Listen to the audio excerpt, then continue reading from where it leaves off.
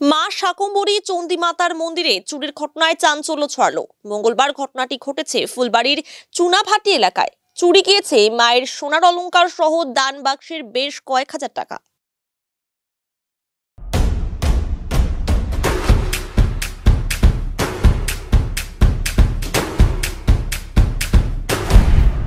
Stay tuned. স্থানীয় সূত্রে জানা গিয়েছে, প্রতিদিনের মতো গতকাল মন্দিরে পুজো করা হয়। এরপর আজ সকালে পুরোহিত মন্দির খুলতে এসে দেখেন মন্দিরের গেট ভাঙা অবস্থায় রয়েছে ও মায়ের সোনার অলংকার সহ দান বাক্সে থাকা বেশ কয়েক হাজার টাকা চুরি হয়েছে। ঘটনার পরেই খবর দেওয়া হয় নিউ জলপাইগুড়ি থানার পুলিশকে। পুলিশ পৌঁছে গোটা ঘটনার তদন্ত শুরু করেছে। আমার নাম নারায়ণ চন্দ্র দাস, পূর্ব ধনতলা নিবাসী। দীর্ঘ 80 সনের থেকে এই মন্দির স্থাপিত। এখানকার সেবায়েত হিসাবে আমি পূজা অর্চনা করি। ভক্তবৃন্দ নিয়ে সমস্ত এখানে দান বক্সে টাকা পয়সা রাখা ছিল 15,000 টাকা, প্লাস রেশকি টাকা ছিল প্রায় 500-600 টাকা, 500-700 টাকা। সোনার টিপ ছিল, মাথার একটা টিকলি ছিল, 5-6টা টিপ ছিল সুন্দর ছোট ছোট। ওই টিকলি গুলার কৌটা গুলা সব পড়ে আছে। বক্সটা নিয়ে গেছে, বক্সের ভিতরে টাকা পয়সা সম্পূর্ণ নিয়ে গেছে। কালকে আমার পূজা, এখন আমার একটু মাথায় টেনশন হয়ে গেছে, একটু ভাঙলো এই জিনিসটা।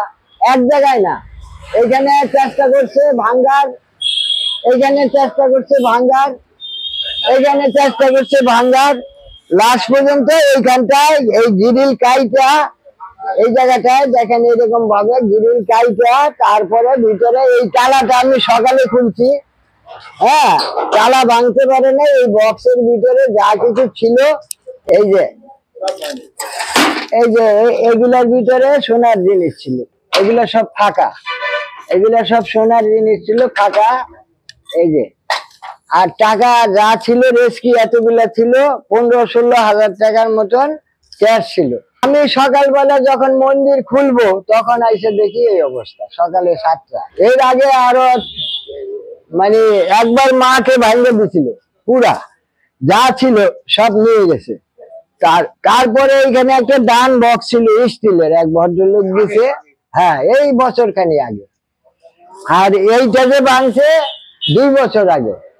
তারপরে এই যে এই অবস্থা এই করলো। এখন আরো অনেক জিনিস ইচ্ছা করলে নিতে পারতো, কিন্তু শাকম্ভরী চণ্ডী মন্দির, 55 শিব মন্দির, এই তো আমার ক্যাশ বললাম না 15-16 হাজার টাকা ক্যাশ ছিল। আর এই 500-700 টাকা রেশকিতে সম্পূর্ণটা নিয়ে। হ্যাঁ, পুলিশ আসছিলেন এবং এই যে খবর সম্বন্ধে যারা যারা আছেন ওনারাও আসছে। ওনারা ঘটনাগুলা সবকিছু দেখতেছে, কোথায় কি হয়েছে না হয়েছে। দাবি বলতে গেলে আমার যা বক্তব্য সেটা তো আমি বললামই, আমি আর কি দাবি করব। আমার দাবি বলতে কিছু নাই। আমার নাম নারায়ণ চন্দ্র দাস। হ্যাঁ, আমি এখানকার পূজারী সেবক। আমি স্থাপন করছি এই মন্দির। এই যে আপনার 44 বছর কয়েক মাস হইল, 44 বছর এটা 2 মাস। পূর্ব ধনতলা স্যাটেলাইট টাউনশিপ, চুনাভাটির পাশেই।